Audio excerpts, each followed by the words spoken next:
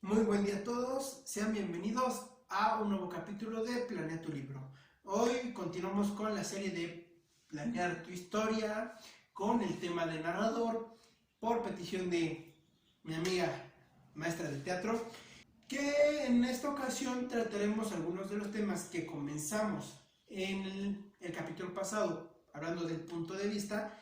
Les recomiendo en esta ocasión, a diferencia de otras, que para poder entender bien este tema vean el anterior, porque ahí explico algunos detalles que vamos a ver ahorita, cómo usarlos, y hoy trataré de ser un poquito más concreto de cómo afectan a estos casos en específico.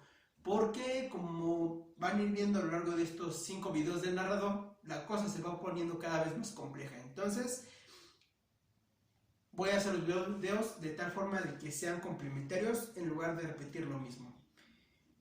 Ahora vamos a ver cómo manejar el tiempo verbal, pasado, presente y futuro. Comenzamos.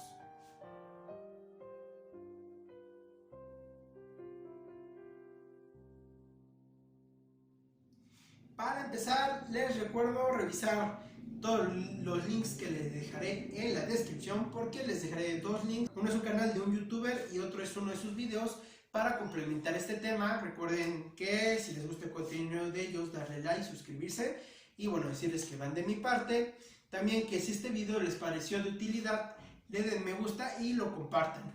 Me ayuda bastante al canal y suscríbanse si también son creadores de contenido y les gusta esta información para poder planear más fácil todas sus historias, tramas o demás tipo de material que generen.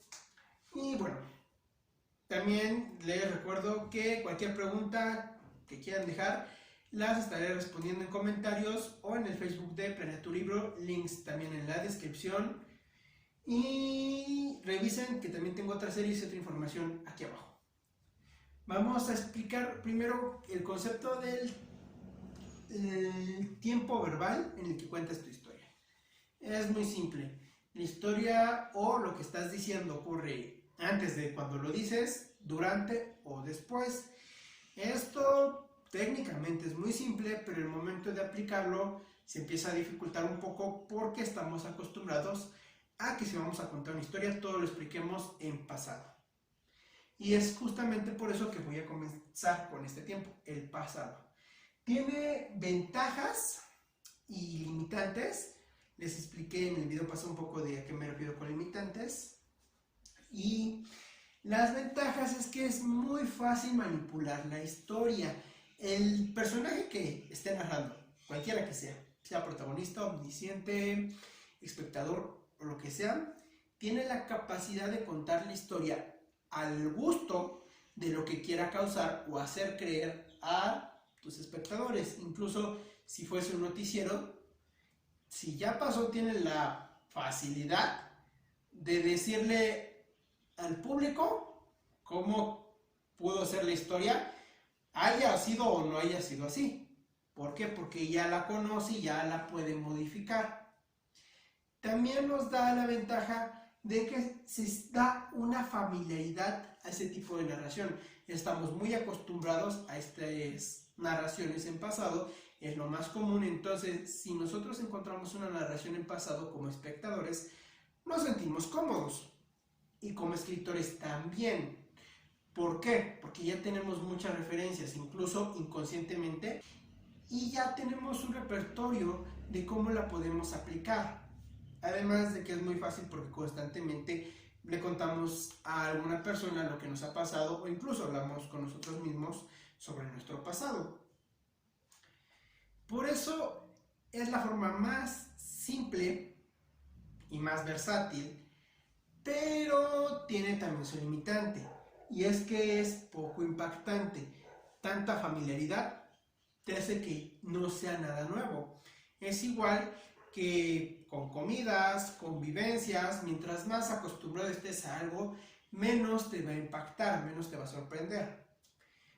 Además de que si ya sabemos cómo está el momento actual en el que está el narrador y después nos cuenta una historia pasada, puede que haya ciertos detalles que sean obvios. Por ejemplo, si el narrador es el protagonista, cuando nosotros contemos que estuvo a punto de morir, bueno, ya sabemos que no se murió, porque él nos lo está contando, al menos de que sea un fantasma.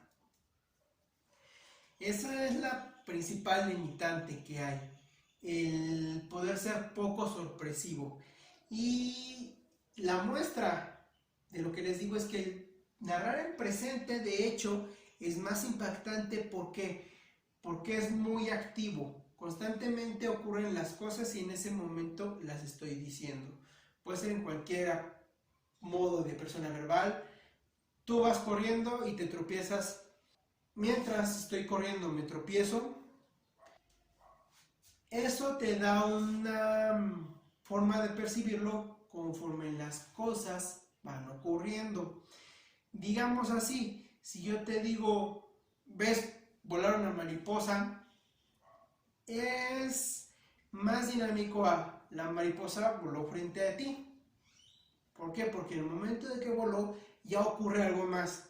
Volteaste y ocurre algo detrás, ocurre algo al lado y demás. Es algo que está sucediendo al momento que te permite sentirlo como algo vivo. ¿Por qué? Porque mientras nosotros narramos, esa forma da una voz interna a la persona, y si la voz interna te dice que está ocurriendo, te sugestiona que está ocurriendo. Y esa sugestión que estoy diciendo justamente es la que funde al espectador y lo hace sentir más cualquiera de las emociones o sensaciones que tú estés tratando de comunicarle. Y al igual que el otro tiempo, tiene sus limitantes. Una es que te evita dar cameos al futuro, porque si tú dices que algo pasará en este momento, la típica frase cuando hablan del pasado, tomó esta decisión pero no se esperaba las consecuencias que le iba a traer. Ok, si yo digo esto en pasado, bueno, ya le estoy anunciando que algo contrario a sus deseos va a ocurrir. Si yo lo digo en presente, no estoy diciendo necesariamente que es algo contrario a lo que es ese personaje. Simplemente estoy diciendo que duda. Me estoy metiendo más con los sentimientos y no tanto con los hechos. Cambia completamente el contexto. Por ello, dar cameos al futuro, si yo estoy narrando en presente, no es lógico. Puedo hacer predicciones, puedo meter un poco de narración en futuro, y vamos a ver más de eso. Sí, cuando sea la situación, pero no son cameos. ¿Por qué? Porque eso no ha ocurrido. Solo decimos que es probable que ocurra, al menos de que lo narre un vidente. Ahorita andamos más en eso. Pero además se ve un poco falso, es difícil que no se vea forzado por lo mismo que acabo de mencionar. También tenemos que hay un cambio en la forma de expresarse dependiendo de si estoy hablando en el interior de los personajes o en los hechos. Y eso implica incluso si tu narrador es omnisciente. ¿Por qué es complicado? Porque si yo estoy metiéndome en las emociones, tienen que ser igual de dinámicas que lo que está ocurriendo. Si es una situación muy poco dinámica, muy pasiva, bueno, puedo andar despacio en los sentimientos. Pero si estoy en una batalla, en una pelea a muerte, las emociones tienen que expresarse rápidamente, en cuestión de pocas palabras. O pierdo la emoción, pierdo el sentido de ese tipo de narración. Vamos ahora sí a la narración en futuro. La narración en futuro casi no se usa en tramos extensos. ¿Por qué? Porque si alguien nos está hablando en futuro es que nos está dando indicaciones, predicciones o suposiciones. Por tanto, contar una historia completa en esa forma no es tan natural. Esa es la limitante, es poco natural. Entonces, si nosotros queremos decir que algo le va a ocurrir a un personaje, como comentaba hace rato, que está narrando en presente y de pronto alguien le dice una profecía Entonces, ese tipo de cosas nos va a permitir la narración en futuro. Pero si toda tu historia es una profecía, es más complicado. Existe una referencia a las profecías de Nostradamus, otra es las profecías del Ragnarok en la mitología nórdica. Uno de los links que les prometí justamente de otro youtuber es al respecto, él se llama Sello Arcano, y les dejo el link directo a sus videos sobre el Ragnarok. También tiene otros videos muy buenos y muy claros sobre mitología, por si les interesa el tema, para que lo sigan. Pero si ven ese video sobre el Ragnarok, porque les va a dar una idea de cómo narrar más cómodamente en futuro. Por lo regular se usa solamente en algunos pequeños detalles, a veces no lo usa el narrador, sino que lo expresa otro personaje, pero también puedes ir saltando entre uno y otro tiempo. ¿Qué debes de considerar para hacer saltos entre un tiempo y otro? Es primero tener tu escaleta. Yo lo que te recomiendo es tener primero todos los hechos que vas a narrar. Puedes elegir esto un poco antes, cuál te sientas más cómodo, pero cuando vas a saltar es conveniente que ya definas cuál va a ir en cada uno con una historia completa, no necesariamente que escribas mucho, pero que sí tenga los puntos importantes, puntos de quiebre, digámoslo así, para que sepas en qué momento va a narrar cada uno y puedas justificarlo más fácil. Ya sepas cómo vas a meter el futuro, el pasado, el presente, y en tu historia tenga cierta lógica. O también, si quieres que no te entienda nada, porque es válido, lo hacen mucho en las películas y en el anime experimental.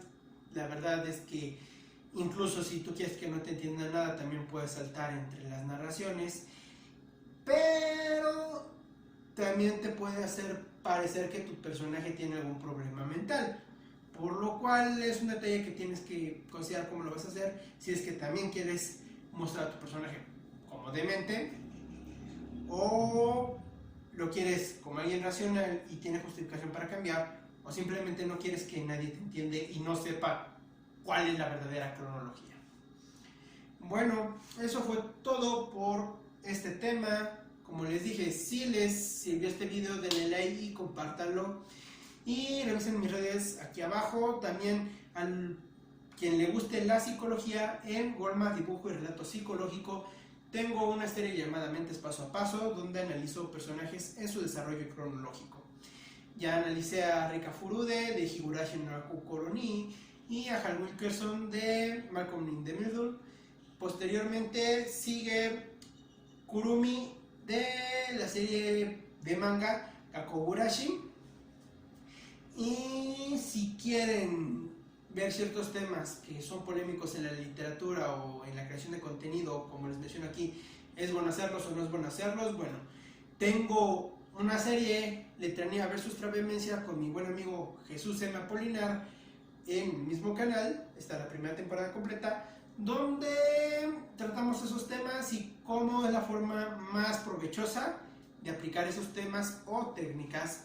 Y también les dejaré su canal de Facebook, porque ahí estamos transmitiendo la segunda temporada. Son transmisiones en vivo para quien guste ir y comentarnos o hacernos preguntas. Y bueno, también si son fans del dibujo, les dejaré mi Instagram con los dibujos que yo mismo hago, la mayoría de ellos a mano. Eso es todo. Recuerden dejar sus dudas. Un saludo a la maestra Belén Guanjo, que solicitó este tema. Y para el quinto video, el último video, les voy a dejar como regalo el link a una historia de una youtuber que la cuenta con 8 narradores diferentes, para que vean cómo pueden usar todo lo que les expliqué, e incluso ella con este ejercicio, las 8 narraciones se complementan entre sí para poder entender bien la historia. Así que bueno, es un placer esta clase y nos vemos en la siguiente.